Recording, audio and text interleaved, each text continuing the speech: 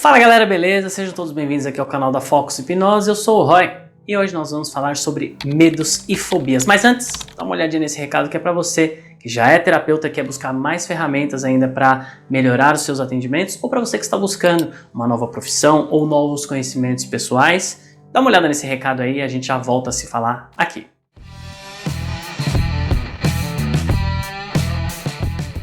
Fala galera, beleza? Eu sou o Roy e eu tô aqui hoje na Cortex Academy, o melhor curso de hipnose na atualidade. Eu já fiz diversos cursos, mas eu falo pra vocês que igual aqui vocês não vão encontrar.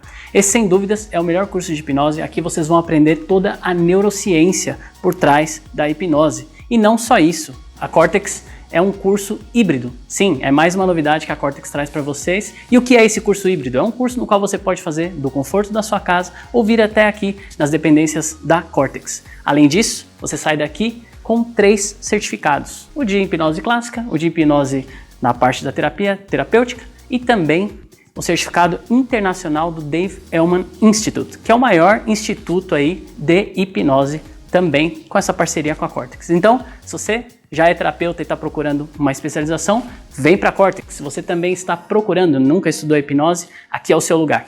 Vem para a Cortex, tamo junto, um abraço, tchau!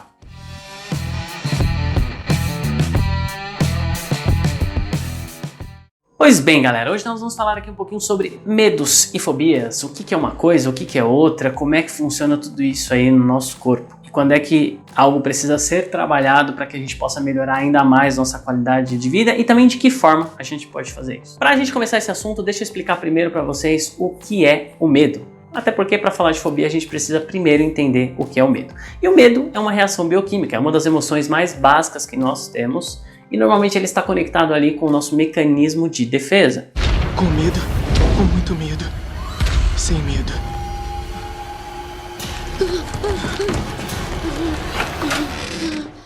Ou seja, o medo surge, aquelas sensações que nós consideramos muitas vezes desconfortáveis, porém necessárias, elas surgem diante de uma situação real de perigo ou até mesmo da possibilidade de um perigo, que não necessariamente ali está naquele momento, mas só de eu imaginar que determinada coisa que eu vá fazer possa ser perigosa, o medo já começa a surgir ali. Qual é o objetivo do medo? É me proteger minha vida, proteger a minha saúde.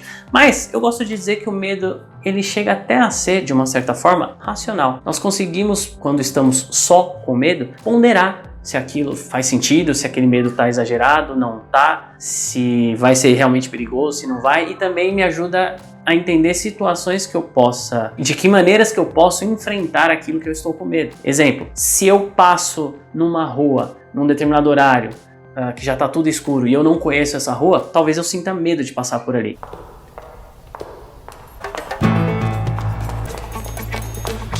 Então eu vou avaliar se há outras possibilidades, um outro lugar mais iluminado que eu possa passar, um outro local mais movimentado. Ou, às vezes, eu já conheço aquela rua e por mais que esteja escuro naquele horário, eu sei que ali não tem perigo. Eu escolho passar por ali e tudo bem. Mas o medo, ele me permite ter esta ponderação. Eu tenho medo, por exemplo, de altura, mas nem por isso eu deixo de andar de avião porque eu me sinto seguro no avião. Eu sei que o avião pode cair, isso me dá medo, mas a probabilidade disso acontecer é tão pequena diante da probabilidade de eu chegar lá inteiro que isso não me impede, por exemplo, de andar de avião. E por aí vai. Ou seja, o medo é um processo, é algo natural, uma reação natural do nosso corpo, cujo objetivo é proteger ali a nossa vida de um perigo, ou da possibilidade de um perigo. Até aí, tudo bem, tranquilo. O problema é quando o medo vira uma fobia. E a fobia, ela já é considerada aí um transtorno de ansiedade. Se você não viu meu vídeo sobre ansiedades, volta lá no card, dá uma olhadinha e volta para cá para você entender ainda melhor. A fobia é um medo exagerado, vamos dizer assim, é um medo irracional de alguma coisa, de algum objeto, de alguma situação. E as pessoas com fobias muitas vezes não conseguem ter o controle para trabalhar aquela questão. O simples fato delas pensarem em algo que é o objeto daquele medo irracional delas já desencadeia uma série de reações fisiológicas que impede inclusive dela ter controle para trabalhar aquelas sensações. Já está tão automático nela essa sensação que ela não tem mecanismo de controle. Então lembra que a pessoa com medo ela consegue ainda racionalizar sobre aquilo, escolher alternativas e avançar ainda que ela esteja com medo. A pessoa com fobia, o medo é tão irracional que às vezes ela passa a evitar certos lugares ou certas situações que ela considera muito dolorosa. Então, por exemplo, uma pessoa que tem uma fobia social, que é medo de estar com muitas outras pessoas, ela vai ter dificuldade se ela tiver que apresentar um trabalho ali para várias pessoas, ou se ela precisar sair na rua muitas vezes para fazer alguma coisa, para ir no mercado, para ir na escola, enfim, para ir para o trabalho.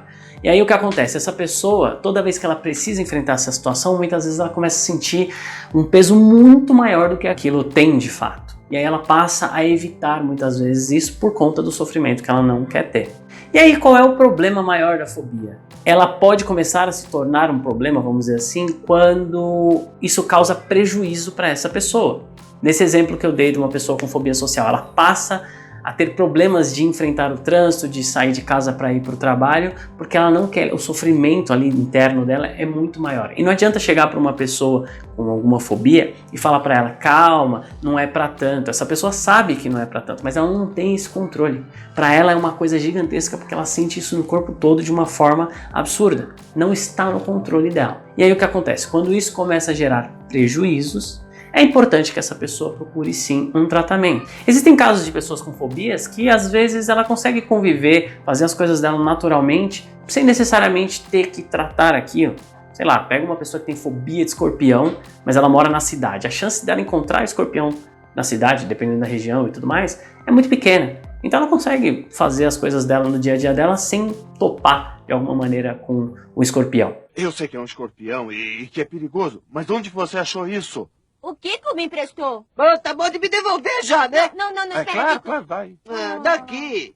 Claro que ela vai evitar muitas vezes ficar olhando na internet, na TV, olhar revistas que possam ter esse objeto, né, esse animal aí, que é o objeto da fobia dela. Mas ela consegue muitas vezes conviver com isso e aí não necessariamente ela tem um prejuízo por conta da fobia. Mas você pega um empresário que passa a maior parte do seu trabalho viajando para todos os lados e ele tem fobia de avião, isso pode começar a gerar um prejuízo para ele. E aí para esses casos onde o prejuízo é detectado, existe sim tratamento para isso. Em alguns casos, essas reações fisiológicas são tão exageradas que há sim a necessidade de buscar um psiquiatra, de tomar um medicamento ali, um ansiolítico, alguma coisa do tipo, para poder reduzir essas reações incontroláveis fisiológicas e aí a pessoa voltar para um estado dela mais natural, mais tranquilo, e a partir dali também trabalhar na parte emocional, a parte psicológica envolvida, né? Então a psicoterapia é importantíssima para o auxílio dessas pessoas. A hipnose também é uma grande ferramenta que ajuda muito as pessoas com as suas fobias. Ela facilita muito esse processo de ajudar a trazer alguma sensação de melhora, de benefício para essas pessoas.